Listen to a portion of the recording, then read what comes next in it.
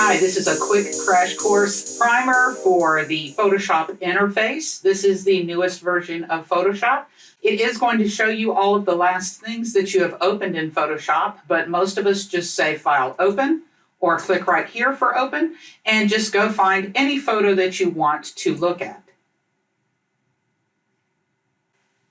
And this is going to open up the way Photoshop looks for most people. To the left is your main toolbar. Of course, your image is going to be in the middle. All the main window tabs are to the right. You can collapse them by clicking right there and then open them back up. You can collapse them up and down by double-clicking on the word. And once again, double-clicking again. Windows that are collapsed this way, you just have to click once and they will open up. Do realize that sometimes you can open them more this way. They may be closed down. You could also pick up something that's here and dock it, just drop it, and now it's docked there.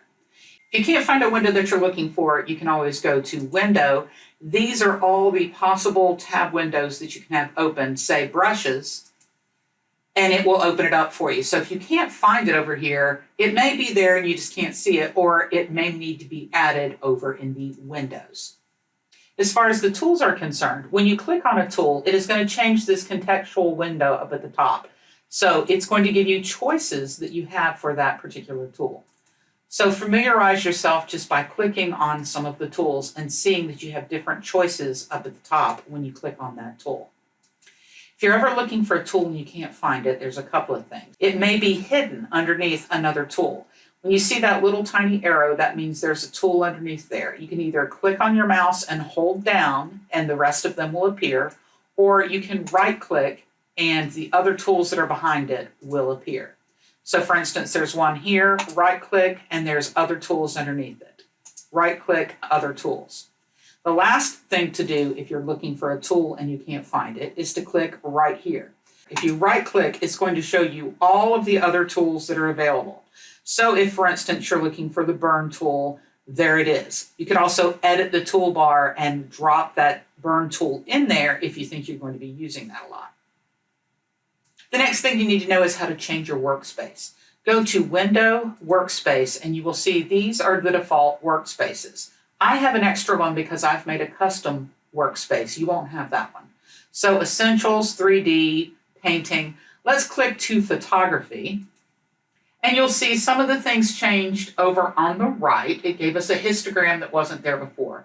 But it also changed the different tools that are available because it gave us some of the tools that it thinks we're going to need to use for photography. So watch the tool panel when I go change to, say, Graphics and Web.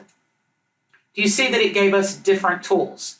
So that's the main thing that's going to help you is to know which workspace you're in. Now, if you've messed up the workspace and you need it to reset, you can always go to Window, Workspace, Reset to the way it was when you first opened it. And of course, this is the way I made my own workspace called right there. I just created a new workspace, moved things around, and saved it. The main tool that people use is just the Move tool. That's kind of the default tool.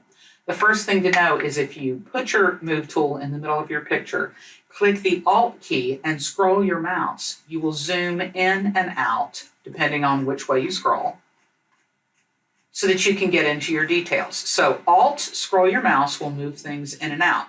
Now let's say you're in here really close, but you want to move over. If you click and hold the space bar, you'll get the Hand tool, and then you can move over to, say, her face. When you let go of space bar, it's going to go back to whatever tool you were on. So those are the first two things that are really helpful. Alt, scroll your mouse, and the space bar. The next thing you should be aware of is the Layers panel.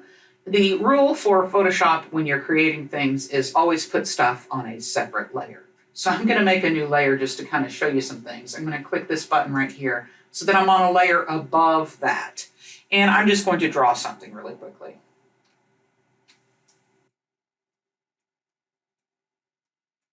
No big deal.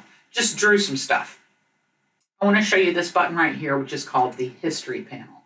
You can see that every time I do something, it's going to add something to my history. So let's change to a different color And I'm going to draw something else, draw something else.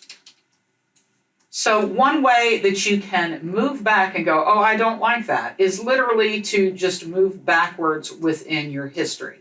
Of course, you can just pick these up and throw them in the trash can. Yes, let's delete that. And you can go back to where you were at the very beginning. You can also click Control Z. Control Z is undo. And you have unlimited undo. So you can just hit Control Z until you are back to normal. Control Z is your best friend in Photoshop. So I'm going to delete that layer that I just made, and I want you to see the Properties panel. I am in the Photography Workspace. The Properties window is right here, and it's got a lot of cool choices. One, it's just going to tell you width, height, resolution, what color mode you're in, all of this type of stuff. Do you want to put on rulers or not? Do you want a guide or a grid or not? And it also just gives you some basic quick actions, like do you want to change the image size? Do you want to crop it or rotate it? All of those are right there. And it's going to tell you different quick actions depending on what type of layer you have. If I have a type layer, it's going to give me different quick actions. Right now, this is a background layer. I'm going to unlock this layer. I'm just double click and say, okay. It's now a regular layer. It doesn't say background anymore. And do you see that the quick actions have changed? I can just very quickly now select subject, remove background.